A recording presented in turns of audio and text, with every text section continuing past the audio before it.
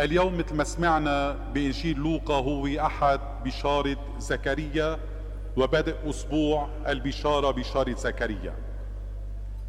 تعليق أولا على مقدمة إنجيل لوقا. هيك ببلش لوقا إنجيله، هيدا الفصل الأول الآية الأولى. يتوجه لوقا إلى شخص اسمه توافيلوس، وعم بيخبره ليش عم بيكتب هالإنجيل، وبيقول له أنا شو سمعت عم بكتب.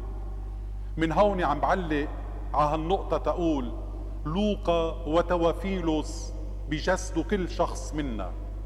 كل واحد منا مفترض فيه يكون لوقا، وكل واحد منا مش مفترض هو توافيلوس. ما حدا منا عايش مع المسيح يسوع بالتاريخ بالجسد، ولا واحد منا من الاثني عشر أو من 70 أو 77 يلي كانوا عم بيرافقوا المسيح خلال حياته على الأرض. كلنا سمعنا ما قيل لنا، ما وصل إلينا.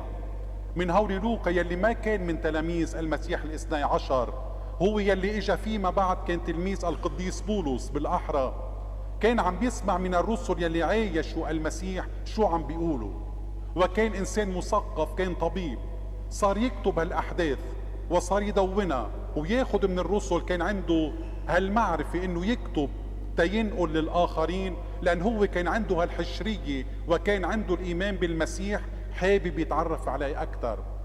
من هون كتب التفاصيل. كان حد العذراء مريم هو وحده يلي كتب أناجيل الطفولة بكل دقة، هو يلي بيحكي عن العذراء. من هون اللي من عم بيقول له لتوافيلوس، وتوافيلوس بالعربي يلي هي كلمة يونانية الحبيب لله، صديق الله. كل واحد منا مفترض يكون في توافيلوس كمان بالاسم، يحب الله مثل ما الله بيحبنا. والأهم يلي عملوا لوقا هو التقليد الكنسي. كل إيماننا مبني على التقليد. ما هو التقليد؟ الذي ينقل من جيل إلى جيل. نحن إيماننا المسيحي ينقل من حياة المسيح حتى اليوم، ومسؤوليتنا اليوم أصعب من قبل. مسؤوليتنا كمان نحن ننقل البشارة للآخرين مثل ما عمل لوقا ومثل ما تقبلها توافيلوس، وكل واحد سمع كلمة الرب. كل واحد منا بهالعصر الصعب يلي صار الإنسان ما بيسمع، ما بيقرأ، ما بينقل الخبر للآخر إلا إذا كان خبر مش حلو. من هون صعوبة البشارة. صارت كل الإعلام ووسائل الإعلام وحتى نحن بين بعضنا البعض بالمجتمع نتبارى نخبر الأخبار الحروب. أين المسيح بحياتنا؟ أين البشرى السارة يلي هو الإنجيل؟ أين الرجل المسيحي؟ أين الأمل يلي فقدناه من حياتنا؟ هيدا هو الإنجيل يلي عم نبشر فيه. تنوصل لإنجيل اليوم يلي هو بشارة زكريا. كل واحد بيسأل ليش كان هالقصاص بآخر الإنجيل ستكون أبكما حتى يتم ما قيل لك من قبل الرب. وقال له بكل تحدي أنا جبرائيل الواقف أمام الله. أنت مين عم بتشك؟ عم بتشك بكلامي؟ أنا جبرائيل يلي جاي من عند الله شخصيا تبشرك. من هون كان العتاب على زكريا. يا زكريا أنت عالم بالتوراة، أنت بتعلم التوراة، أنت كاهن، ولكن يلي اكتشفوا الله بزكريا وجبرائيل بزكريا انه كل يلي بيعرفوا زكريا بعده بالعلوم، بعده بالنظريات، ايمانه لم ينتقل الى التطبيق، ما طبق ايمانه. هو سامع بابراهيم وسارة يلي سمعناها بالرسالة اليوم، هيدي من العهد القديم بولس عم يخبرها. عارف انه الله قادر على العجائب، هو عارف انه كل صلاة عم بيصليها الله عم بيسمعه.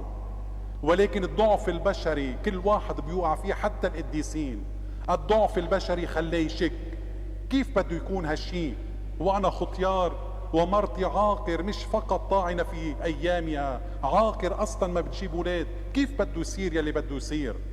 من هون قال له الملاك انا هو جبرائيل، انا جاي من عند الله، انا مش جاي امزح معك، انا جاي اعطيك علم، عم بعطيك خبر يقين انه الله رح يعمل معك العجيبة. واليصابات يلي عم بتصلي هي كمان الله سمع لها. وتم ما قيل لزكريا من قبل الرب وحبت اليصابات. نحن إذا بدنا ناخد متيلة من هالإنجيل كلنا منصلي، كلنا منفكر، الكهنة واللاهوتيين والعلماء بكل الأديان، ولكن الخطر إنه نضل فقط بالنظريات، إنه نحن نبشر بالآب والابن والروح القدس، نبشر إنه الله قادر على كل شيء والله محبة، ولكن بحياتنا ما عم نعكس هالتعاليم، عم ندل شاطرين فقط بالتعليم ولكن لا نعيش ما نقول. المسيحية منا علم، المسيحية حياة، نحن بنقول تربية مسيحية، ما بنقول تعليم مسيحي. تربية مسيحية بدنا نتربى على قيم المسيحية ونكون الإنجيل اللي عم بيتنقل بين العالم ننقل بشرى الخلاص للعالم.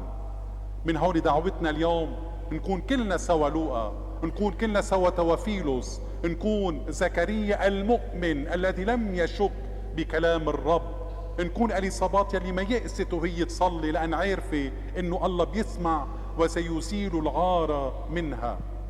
من هون نحن عم نتحضر لعيد الميلاد، صلاتنا إنه الله يسمع هالصلاة، يسمع صلاتنا تا الله يحل السلام بالعالم، تخف الشرور بالعالم، يكون في أكثر سلام ومحبة ورجاء. الإنسان يتطلع بخيو الإنسان، مثل ما قلت الأحد الماضي، ما يصير القتل عادي، ما تصير القتل أعداد. هيدا شيء كتير خطر عم بيصير، عم بيعودوا أولادنا وشبيبتنا على أعداد ناس عم بتموت. العدد خطر، 100 و200 وألف. بدنا نصلي تا الله يرجع يطرح السلام بقلوب العالم ويقول الله هو اللي أعطى الحياة، هو يلي بياخد الحياة. آمين.